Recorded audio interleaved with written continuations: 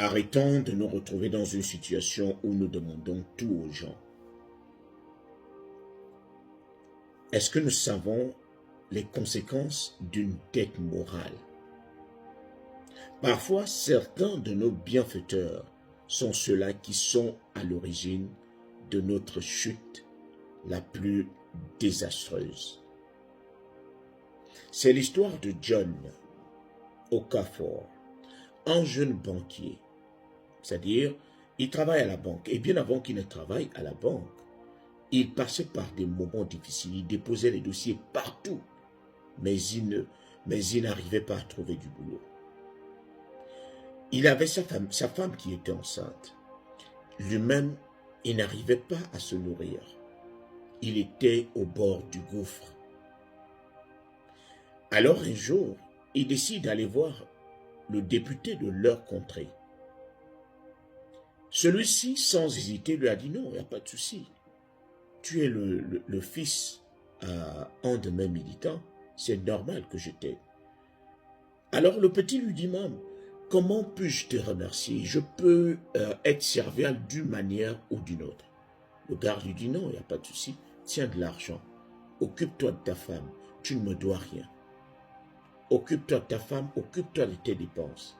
Le gars leur a même trouvé un appartement où il pouvait vivre avec sa femme. Alors ce jeune homme était l'un des jeunes gens les plus heureux. Et il parlait de cet homme politique. Partout, il parlait de lui en bien. Parce que pour lui, il avait trouvé un père. Et à chaque fois qu'il avait un souci financier, un souci quelconque, cet homme était toujours là pour l'aider. Jusqu'au jour où il a commencé à dire à cet homme, est-ce que tu peux me donner la possibilité de travailler de l'argent moi-même? J'ai déposé les dossiers partout, mais je n'arrive pas à trouver du boulot. Alors, cet homme politique, étant influent de la contrée, a seulement passé 2-3 coups de fil dans une banque et on appela le petit John Okafor pour aller travailler. Chose qu'il a commencé à faire avec perfection. Le jeune homme était même celui-là qui s'occupait c'est lui qui avait les clés qui menaient au coffre-fort. Le jeune homme était content. Enfin, je travaille, enfin, je peux nourrir ma famille. Je peux mettre ma famille à l'abri. Et il était très reconnaissant envers celui qui, depuis des années, lui fait des cadeaux, sans pourtant rien attendre en retour. Jusqu'au jour où il y a toujours un jour. Parfois, votre bienfaiteur ne vous demande pas que vous restituiez ce qu'il vous remet sur place, tout simplement parce qu'il est en train de vous nourrir pour mieux vous égorger. Lorsqu'on nourrit la poule, on ne la nourrit pas pour qu'elle se gaspille après. On nourrit la poule pour mieux récupérer sa chair plus tard. Et c'est ce jour-là qui est arrivé. Le jour, il reçoit un coup de fil. Alors, lorsqu'il décroche, le boss de la contrée lui dit, « Mon petit, c'est ton bon grand. » Il dit, « Oh, mon bon grand, ça fait plaisir de t'entendre. Je ne peux jamais oublier tous ces moments où tu me sortais de la galère. Si mon enfant est né aujourd'hui, c'est grâce à toi.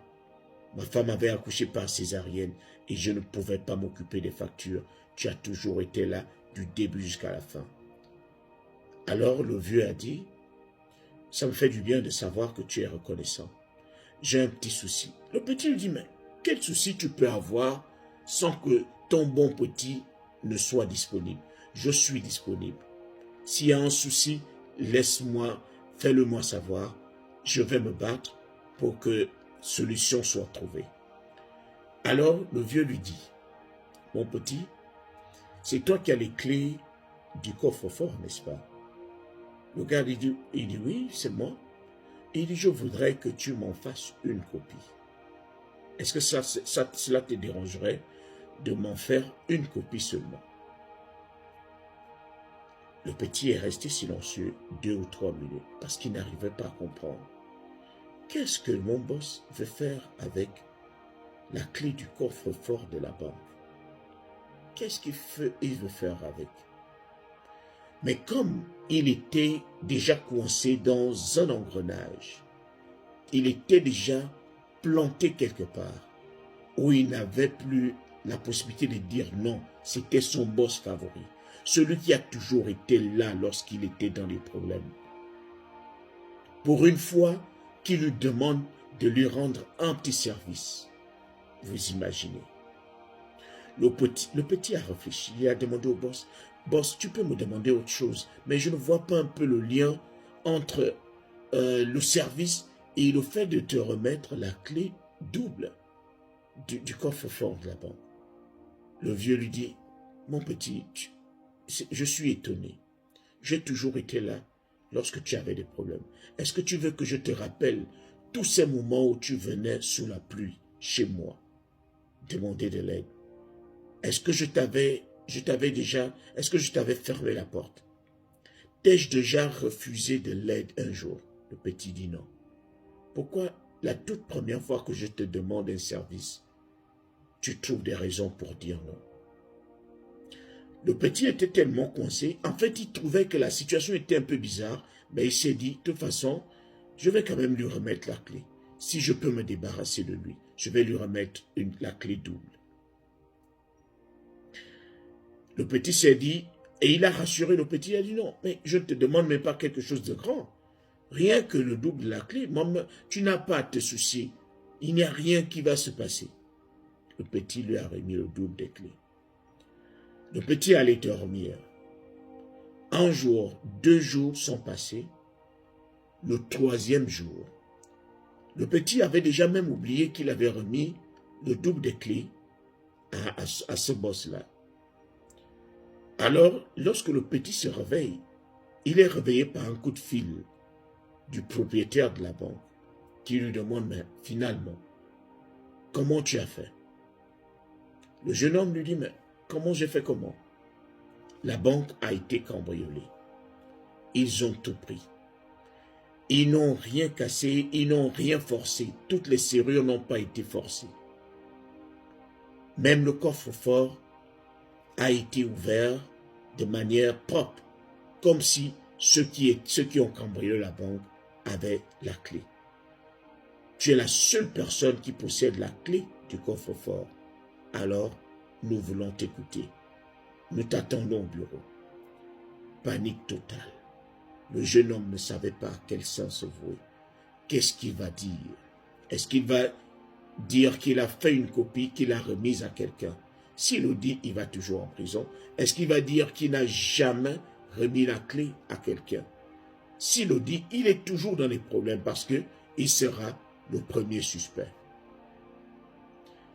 Vous qui regardez cette vidéo, dites un peu ce que le petit est censé faire au niveau où il est. Ou encore, proposer une solution. Quelle aurait été la solution, sinon la réponse du petit, lorsqu'on lui avait demandé la copie de la clé qui mène au coffre-fort? Quelle aurait été une vraie réponse? À sa place, est-ce que vous auriez décliné l'offre? Sinon, dire à votre boss, je ne peux pas vous aider.